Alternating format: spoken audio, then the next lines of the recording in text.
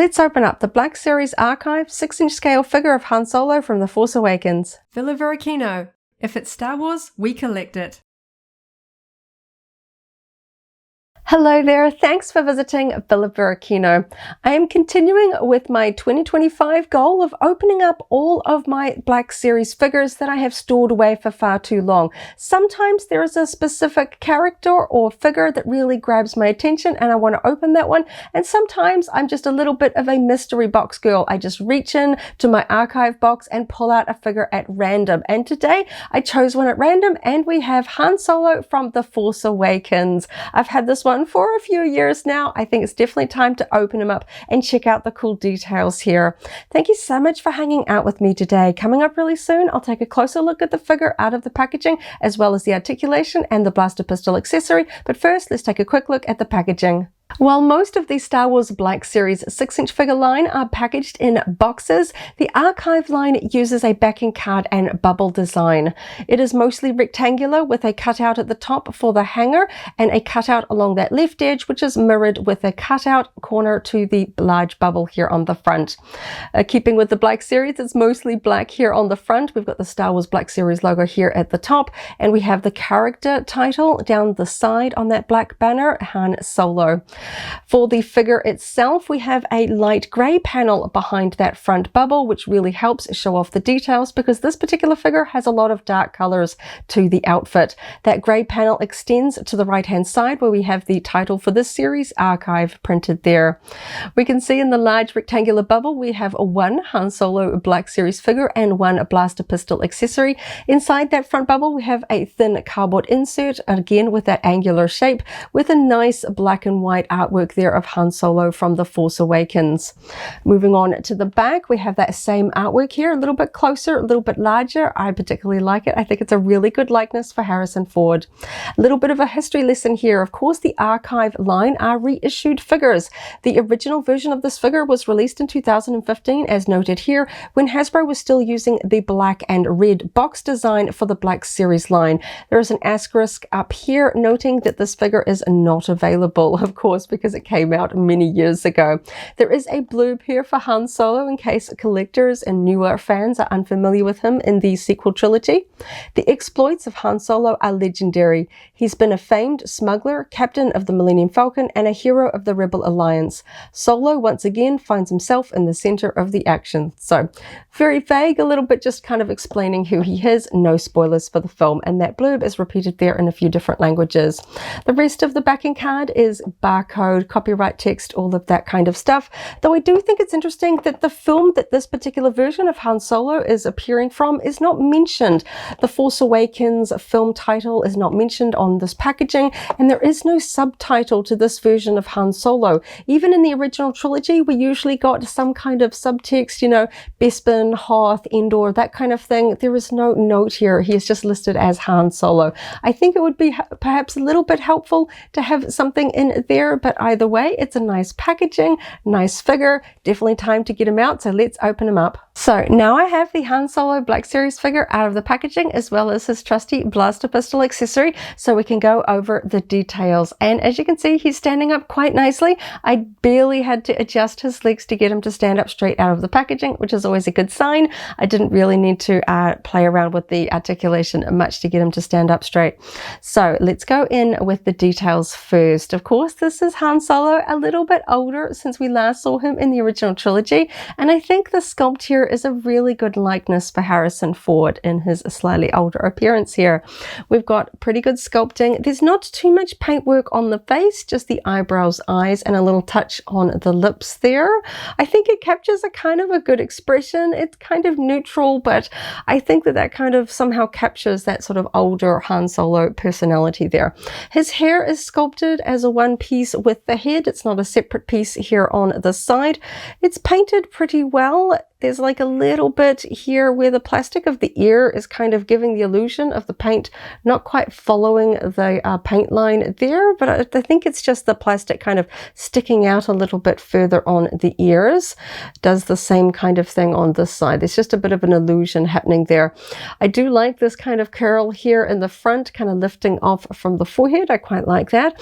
It is pretty much a flat gray with an wash or some kind of very subtle accent color that just kind of picks up the depth of the hair sculpting. You can particularly see it on this side here, which I do appreciate. Sometimes the one color sculpted hair can look kind of flat. This one gives it just a little bit of depth and highlights the depth of the hair sculpting. I really quite like the way it looks there in the back. Now, of course, Han Solo has a slightly updated costume for The Force Awakens. We have a leather jacket, looks quite weathered, a white undershirt, dark brown pants, and dark brown knee-high boots. It's kind of giving me very strong Indiana Jones vibes if he just had his classic hat here and a whip. I think it would be kind of fun. And I've got to say, I really like the sculpting and the subtle weathering work on the jacket here. Of course, this looks like a jacket that he's had for quite some time with the level of weathering on it. It looks quite worn and sort of antiqued a bit here. I like the creasing on the sleeves, and it has a subtle sort of flare to it, the way it sort of sits on the body and kind of flares out, just kind of exposing some really cool buckle and belt details here, which is really quite nice. We've got a pocket here, which of course isn't open. It sits fairly flat against the body. It's quite nice. On this side, we have sort of code cylinders, 3 of them with a metallic silver accent paint, which is very tidy. It almost looks so well done that it looks like it's actually a separate piece stuck on the front, because I really like the definition of that there, but that is pretty much all sculpted on there in one go, which is very nice. We've got some line work here where the seams would be, and sort of clasps and fastenings, because of course we don't have sort of buttons or exposed zips in Star Wars. And moving on to the back, we can see more of that sort of seam line work, some nice draping, and we can get a better look at that overall kind of sort of a wrinkled leather effect to the surface of the plastic here. Gives a really nice sort of texture to it, and it looks like you can kind of see it in certain areas that there is kind of like a dry brush kind of effect over it to really sort of highlight the wrinkles. It's particularly a little bit more evident on the sleeves and sort of the high points of the creases. It's really subtle, but it just gives that just a little bit more of a sort of a two-tone leather effect rather than it being flat plastic, kind of like the hair. Underneath, we have one of Han Solo's kind of iconic shirts with a bit of a collar that's a little bit open. We can see that sort of flap going down to the mid-chest section there. We can see that there is a cut through for the articulation. It's kind of hard to hide when there's no detail on the rest of the shirt, but it's not too distracting.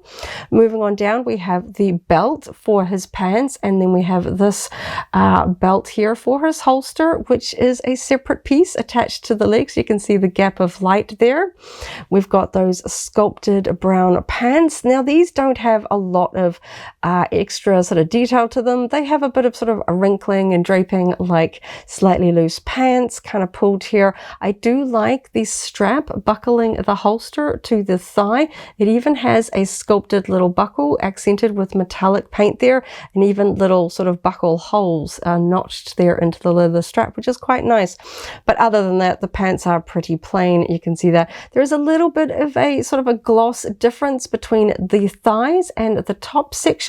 I noticed this is fairly common for Hasbro figures, where this section is made out of slightly different plastic to this section, so there just kind of is a little bit of just a subtle texture difference. These parts often have a little bit more of a shine, which you can just see there, but when you're not looking directly at it, it's not too noticeable.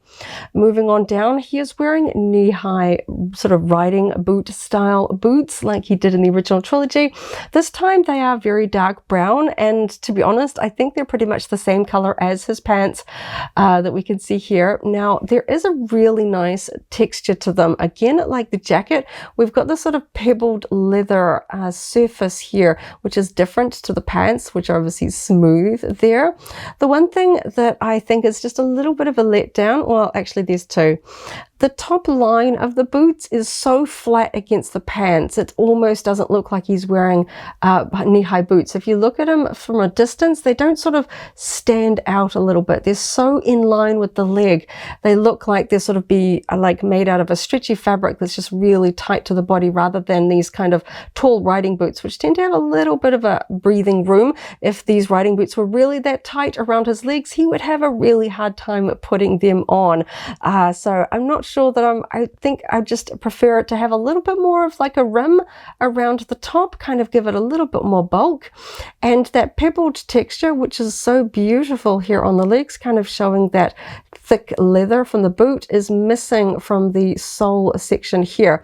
From the top of the shoes, they're just sort of polished and very smooth, which I get it, you know, this part here is going to get wrinkled and all of that kind of stuff, but it's just a little bit different.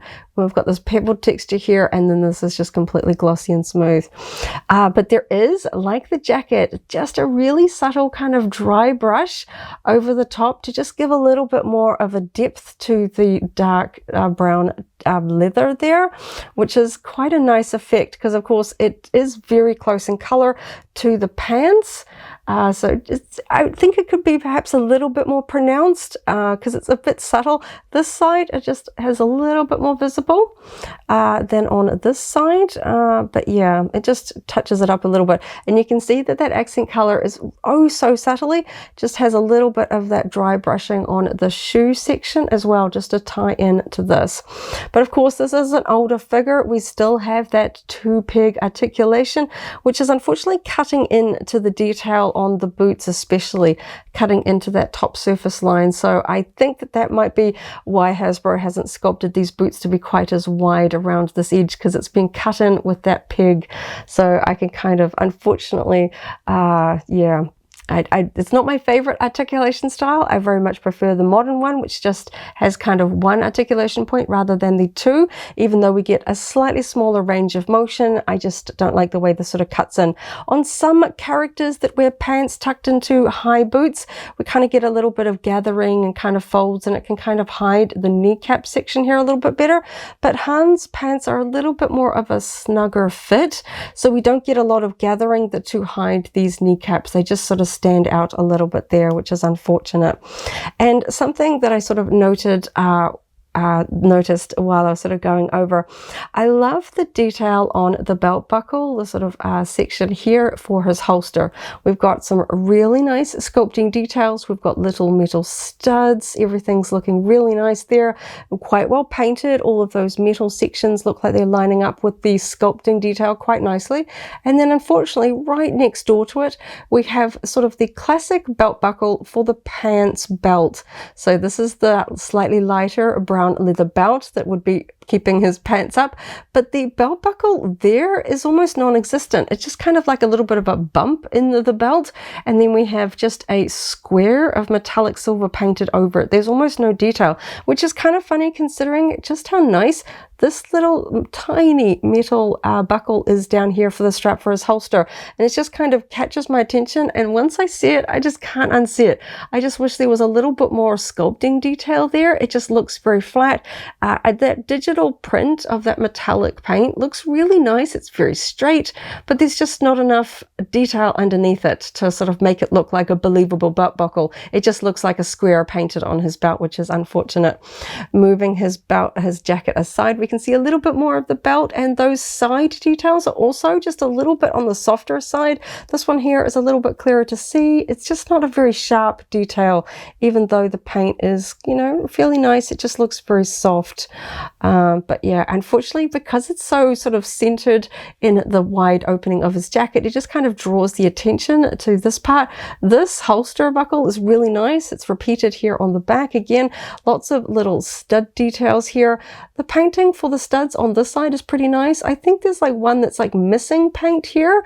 It's just not picking up. It might have been smudged. The bottom left stud there doesn't appear to have any metallic silver paint, but when he's sort of standing in a neutral position, I'm not really going to see that very much. It's kind of hidden a bit in shadow, so I can give Hasbro a pass on that one. Another thing that I noted is when his arms are down by the side, there is a bit of a gap here because, of course, the way that Hasbro makes jackets, this part is usually sort of more of a rubbery, flexible plastic, and then the arms are made of that sturdy, solid plastic. So we get these little gaps here. Of course, we need to be able to move the arms so they are separate, but usually they're very tight with still not sacrificing too much movement. The jacket on this one, we do have a bit of a wider cutout around the shoulders where I can look in and see the white color of his shirt. It is subtle, you know, I can sort of move it around, make it more visible. You can really see if I sort of move the jacket up, I can really see the white shirt, which of course wouldn't exist. Of course, a jackets, you can't look in through that seam. It would be totally but you can see there how much light. You can see my hand through that gap there. You can see all the way through. It should be a little bit tighter, and I guess it's going to be a little bit, you know, unique for each figure, just how sort of the placement, you know, because this is rubbery, you can kind of squeeze it tighter and kind of get the placement a little bit by sort of jostling it around. See, I just trying to sort of squeeze it in a little bit tighter, but of course he's probably not going to be posed like this on my shelf. I'm probably going to have him with his blaster pistol in his hand. So let's go ahead and check out the articulation. I think in terms of the actual paintwork on this, apart from the sculpting on the belt buckle, everything looks really nice. There is a sort of a seam, a prominent seam down the front of his pants, which are a little bit subtle on this particular figure. It's a little bit more visible here on this right leg than it is on his left leg. It's kind of a little bit lost in just the draping and folds of his pants here, but it's a minor costume detail. And of course, we do have a rubbery plastic holster here on his right leg that is attached around the body pretty much continuously. I don't see an attachment sort of, sometimes they sort of open and close with like a peg. That looks like that goes all the way around. It's continuous, not designed to be removable, and it is attached on the thigh. So I do like this style of holster rather than it sort of being fully sculpted on the leg, because we do get a little bit of movement. But because of how long and thick this is, I think we're not going to get very much articulation in this particular leg there as well. And I will test out to see how well that blaster pistol accessory goes in there as well. It looks like, nope, the bottom of the holster is sealed. There isn't a hole on the underside. So hopefully that'll go in quite well. Sometimes when it's got a hole, it just kind of gives us just a little bit more breathing room. So let's test out the articulation. Okay, so pretty standard head movement. If I turn his head to the side, you can kind of see how it is attached there. So we can turn it all the way around pretty well to the front and back. His hair does touch here on the collar of his jacket, so it's not going back too far, but that's a pretty reasonable amount of movement there. Side to side is very easy. Now, of course, the all-important arm articulation. So I'm hoping, oh yes, you can really see the shirt underneath there. You can see just how much of that white shirt plastic I can see there.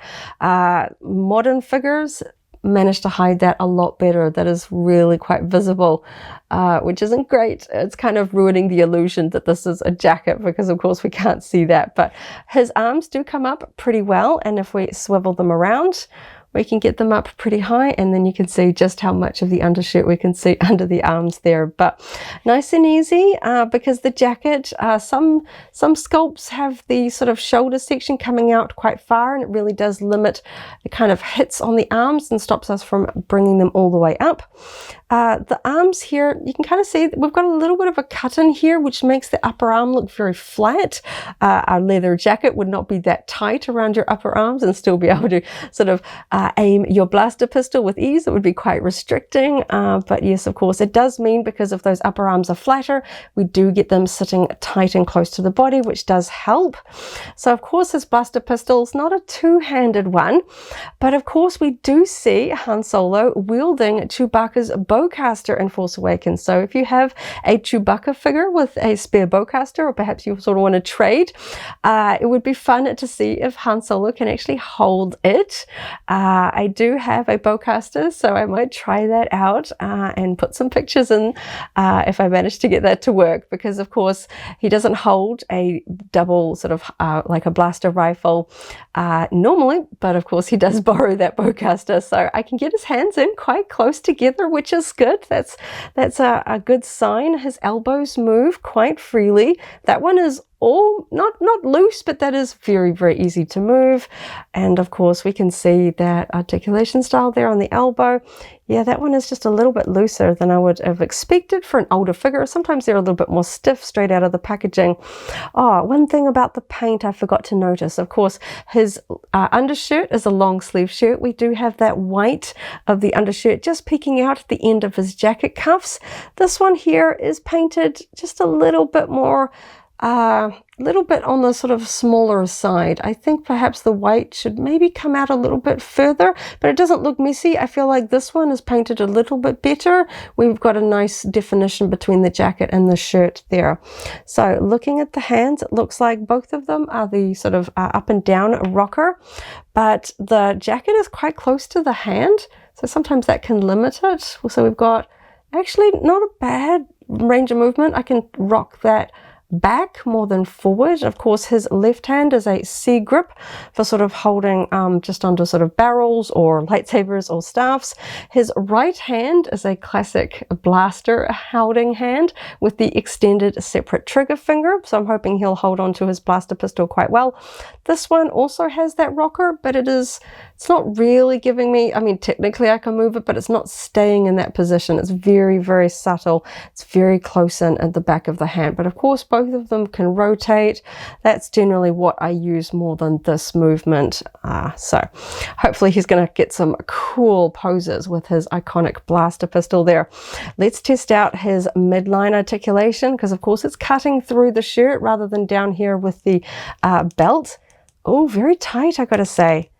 It's creaking. I can get up to there, and to be honest, I don't know if I really want to go further than that. It's really fighting me. And I get to here and it's fighting. That is, oh, it's creaking a lot. It's not snapping back to center, but that is a lot of creaking. We do have a lot of texture on the shirt, so I don't know if it's just literally just kind of grinding on itself with the texture there, and not getting a lot backwards and forwards, because we do have this jacket kind of limiting how far back he's going to lean. He can lean forward a little bit better, but it's not a huge range of motion. A little bit further back, it's not a lot. I don't know that I would necessarily notice that in terms of posing, but of course, sometimes you just need just that little bit of a lean to help balance figures in particular poses. So I guess I'm still grateful that that's there. Now the hips. Okay, so let's pull the hips out to the side. Okay, so that is about as far wide as those hips are going to go. That is the articulation style on the inner thigh there. Actually quite surprised that I'm able to move that one as open as this one here, because we've got this holster, which is going to limit some posing. Let's move this one out to the front. That's pretty good. About what I'd expect before we sort of start to hit on the holster. That is, I think the holster is probably, it feels fixed, to be honest. And if I just take a little bit of a look, can't tell, it's very tight into the body, but I feel like there's probably a peg attaching the holster in this position somewhere, because I can't move this buckle up and down like I thought I would be able to. It feels like that is kind of anchoring the belt in position. So of course I'm not going to be able to sort of move it up his thigh to get it well clear of the hips there, but we can move it pretty well in terms of what I've been needing to do. I mean, of course, Han Solo is a little bit older now. We're not going to be doing a lot of acrobatics. We do have that sort of upper thigh articulation with this kind of cut through line here. It's very tight, very tight. And personally for me, I like it if there is strong detail lines. When you twist it, you start to kind of cut through and it starts looking a little bit chopped and misaligned. So personally, I tend to just have mine sort of resting so that everything matches up. But again, sometimes it can really help with posing. This one, oh, that is really tight. And of course, because we have the holster attached to the thigh here, we're not really going to get much in the way of swiveling. I can just kind of wiggle it side to side, but that's about all I'm really getting. That is a really tight one. Let's test out the knees. So of course we've got this 2-peg articulation. There's usually one of the pegs that moves better than the other. To be honest, it's actually just hitting. One of these is, yeah, that's actually not nearly as tight as I get. It's actually hitting in the back here. So normally with this 2-peg articulation, I can get it so that I can get the heel like all the way up to the hip. But that's really where it stops. Okay, that's interesting. This is normally what I'd expect to get from just the modern articulation style. It feels like just the way that is just completely hitting. I thought I'd be able to get more from that. That's kind of interesting. Okay, let's test that out on this side. Yeah, that one's going a little bit higher perhaps, but certainly not as tight as I can on some of the other figures with this particular articulation style. That's interesting. It's just kind of really hitting. It is kind of tight as well, which I'm expecting because it's an older figure.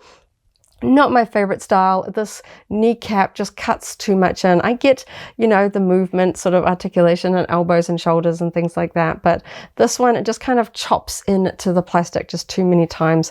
Now we do have some good movement here at the ankles, quite free actually. And of course we can sort of swivel them side to side a little bit as well. Yeah, so very good movement on the shoes. You can sort of see them, or the shoe section of the boots, quite a lot of movement there. So let's go ahead, check to see how well he can stand up now that I've wobbled him everywhere. So gonna need to tweak his legs just a little bit, but he's pretty good about standing up. Of course, he doesn't have jetpacks or a large cloak or anything like that, so I was hopeful that he would be able to stand up reasonably well.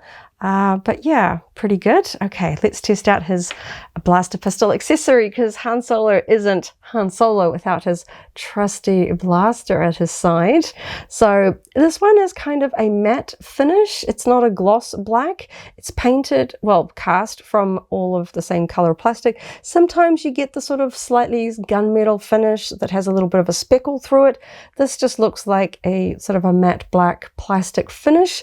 The details are reasonable, not the sharpest I've seen. We do just get the sort of the detail lines on the grip and the tiny little stud that is part of that section there. There is no sort of silver or wood accents on this one. We've got the scope sitting up there nicely, and of course we've got that enclosed trigger guard there as well. It is very hard to show the details on something that's so dark and so small. Now it is a little bit rubbery.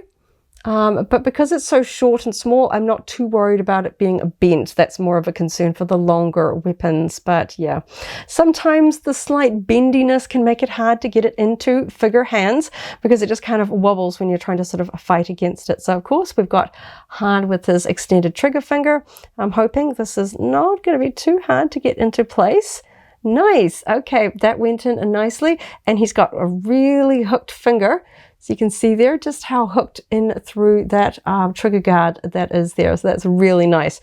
So he looks set to go now with his blaster pistol, because I think this is how I really want to display him. He did some really cool sort of nostalgic promotional photography, recreating some of the iconic sort of Han Solo promotional photos from A New Hope, but of course in his slightly older appearance, which I thought was really fun for fans of those promotional photography, sort of posing with his classic blaster there. And I like that I can get a little bit of sort of an interesting sort of lean here with his legs, and he's actually standing up. I'm not trying to pose him too wildly here, but he's actually fairly sturdy, which is good. And of course, I'm going to be very excited to, I don't have many Force Awakens figures out of their packaging. That's part of my goal for this year, is to open up all my Black Series figures, but I do have a couple that will work with Han Solo.